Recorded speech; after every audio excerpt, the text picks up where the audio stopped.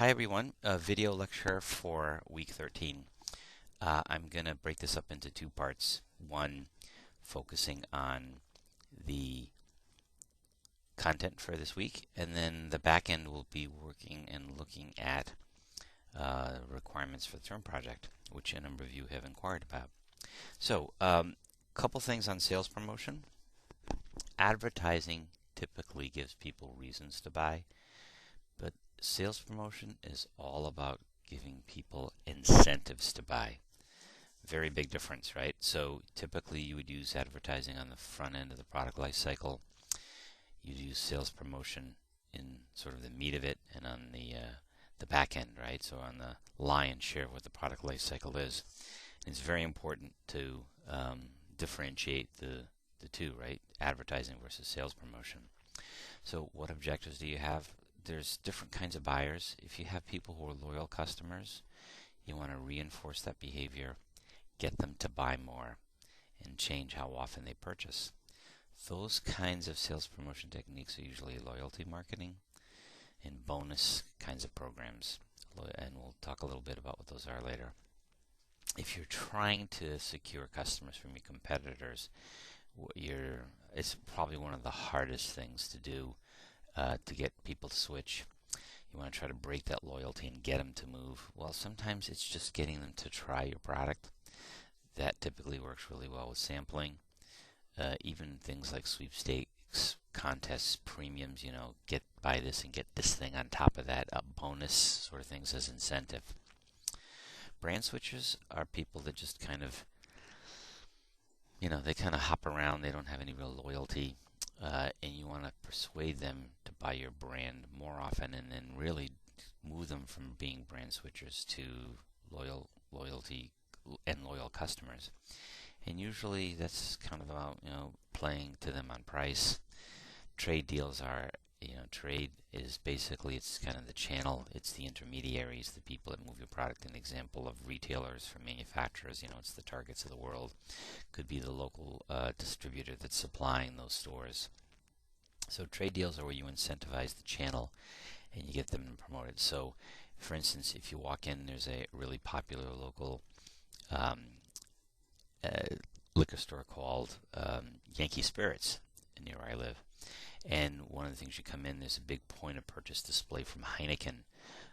So they obviously had to work with this store and say, hey, look, we're trying to really promote these products. And in turn, if you put this point of purchase display in the front of your store, when people walk right in, first thing that they see, we'll give you X amount off on everything you sell and give you extra incentive, or maybe give away, for our territory, whoever sells the most gets free trip for a week for two to their top salesman, something like that. Trade deals are always happening. So whenever you see displays like that, or people giving extra time and effort to a particular product or brand, that's usually because of cooperation between that manufacturer and whoever the retailer happens to be.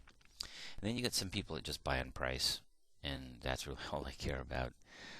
And so there it's coupons, price off, refunds, any kind, and then trade deals as well to get people to incentivize. So those are 4 different kinds of buyers. Each one has a different kind of sales promotion technique associated with it. What kind of tools are there for consumer sales promotion? These are the most common ones: coupons and rebates, premiums. Loyalty marketing programs would be things like frequent flyer programs. So I'm and used to be a big time flyer on American Airlines, and it was a big part of their Advantage program. So that typically means, in turn, to look at them first and maybe paying a little extra, you get lots of free air miles potentially for future travel. You get upgrades, you get lots of benefits, you get use of their facilities in the Admirals Club in the airports, which are great places to hang out instead of being awash with everybody in the terminal and near the gate areas. Contest, sweepstakes, sampling tend to be very effective, especially for food and beverage, because you just want to get people to try it. And then I mentioned the example in the local liquor store of where you come in and you have this big display point of purchase, right, where you're trying to promote and make something look a bit better and get your attention on those. Those are all very common elements for consumer sales promotion. Three of them that really do work are coupons, right? Something that gives you a certificate for an immediate price reduction. That's a real big time incentive. Rebates, manufacturers love rebates primarily because in some cases half of them don't get actually processed after the fact. So they're like a coupon in terms of giving you an immediate incentive, but because of either people's busy schedule, they forget, they lose one of the elements that you need to put together to mail in or secure the rebate, or they have to do something after the fact and they just don't do it in time. I mean, whatever. Manufacturers love rebates because it's almost as good as a coupon, but even better because people don't go through the effort and then they pocket all the money and get the extra incremental revenue. So for rebate, if consumers had assuming if manufacturers had a choice, they'd probably go with the rebates over the coupons, and often do. And then premiums are something that you buy extra. So get this and get this little, buy this makeup and get this little kit that comes with it for free, right? But it's obviously all bundled in and figured out. So those tend to be very effective. Loyalty marketing programs are very, very effective. You look at Starbucks loyalty cards, Dunkin' Donuts cards. You look at the mention of frequent flyer programs. Restaurants too have these. Not Your Average Joe's has a really nice program where for your birthday they send you a coupon. For $10 off. They may, depending on how much you buy. Actually, thinking about the casinos, right? If you look at Foxwoods, they have something called a wampum card, and I'm always struck by how my in-laws will go down there and say, "Hey, we'll take you out for lunch. It's free." And yeah, it's free. How many times at the poker table or at the blackjack table or at the slots do you actually have to spend and lose money to get this? So if you actually think of what the cost of those benefits were, pretty significant. So frequent buyer programs and loyalty programs are very effective tools that companies use today all the time. Again, contests and sweepstakes tend to be very popular. You look at the McDonald's Monopoly sweepstakes or contest, it brings in, they do that every year, it brings in, believe it or not, tons of money over and above what they normally would, and they tend to do it at a slow time of year, at least for them, and it works out really well, and believe it or not, gets more people to come in and buy their French fries and Big Macs and soft drinks.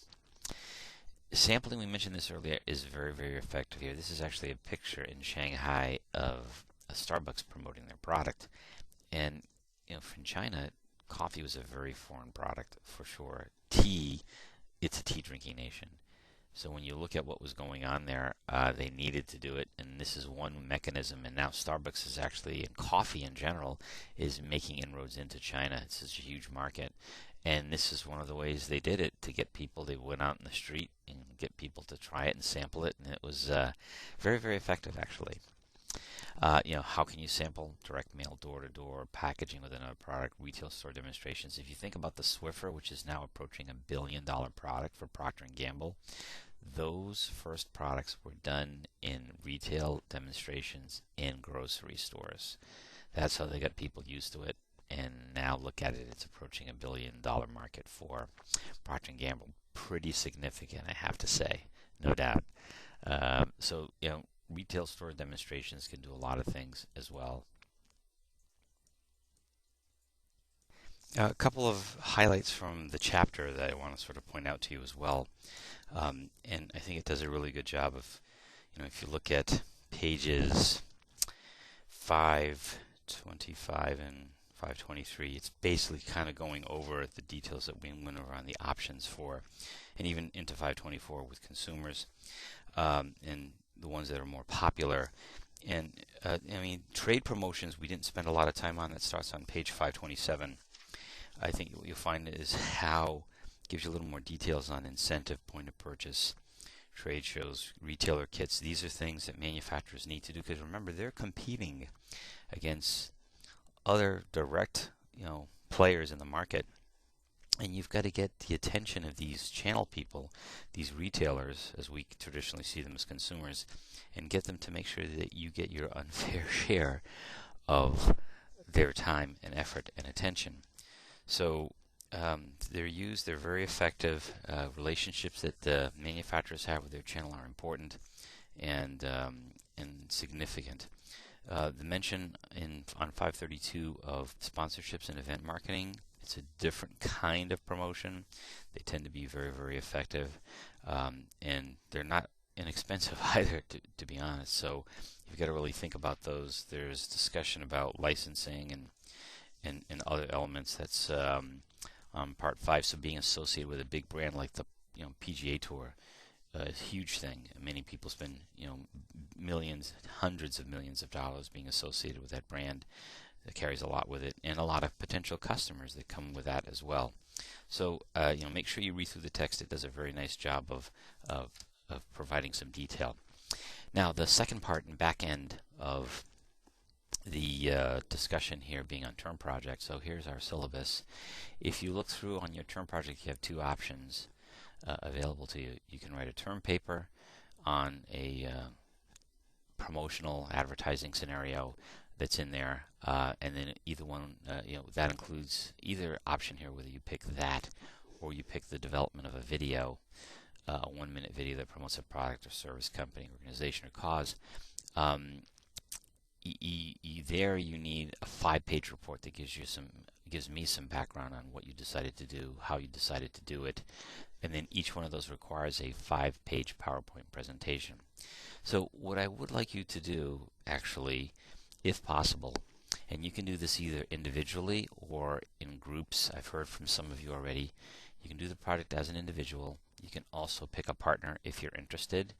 You just need to let me know what you're going to do and how you're going to do that. Either one is fine. You also need to give me an idea of what you're going to be working on as well before you move forward. And what I'd like you to try to do for the PowerPoint presentation is actually, I don't know what options you have to be able to record a presentation. I mean, what I use a program called Camtasia. There's also one called Echo 360. You have resources available through Roger Williams, the academic media people, that you can use to help you do that. If you have a webcam and you want to do a presentation that way, I need a short, no more than 5 minute, right? Because you have 5 PowerPoint slides, so assume a good rule of thumb is 1 minute per slide. Just kind of giving me an overview of how you did it. If you can't do that, at a minimum, at least give me the report and the PowerPoint. But if you can actually put together a quick video of your presentation or do a screen capture like I'm doing here, I'll send you some links as to who you can talk to on campus that can help you with that if you don't know or are having difficulty finding out. And I'll show you an example here, and I will post these, of one that was done this semester for some of my students at Boston College. So actually, let's do this real quick. Slide sorter. Let's get rid of this guy because that was different. So this is a presentation. They had to give me an overview of their fan page, so they did that here on one page. And then they actually worked with a company called Snow Owl, which is a Twitter-based startup that's targeting business customers. So here's their 5 slides. They talked about what they were trying to do in terms of their positioning. They had an area of the city to work on. It was Faneuil Hall, and they talked about the good, bad, and ugly that they ran into. And then they said, here's our video strategy. Here's what we're going to do. Here's how we're positioning it. So they're going after Gen X. And then the unique selling proposition is, who gives a hoot? Snow Hall does. And then they actually show their video. And then they talk about lessons learned.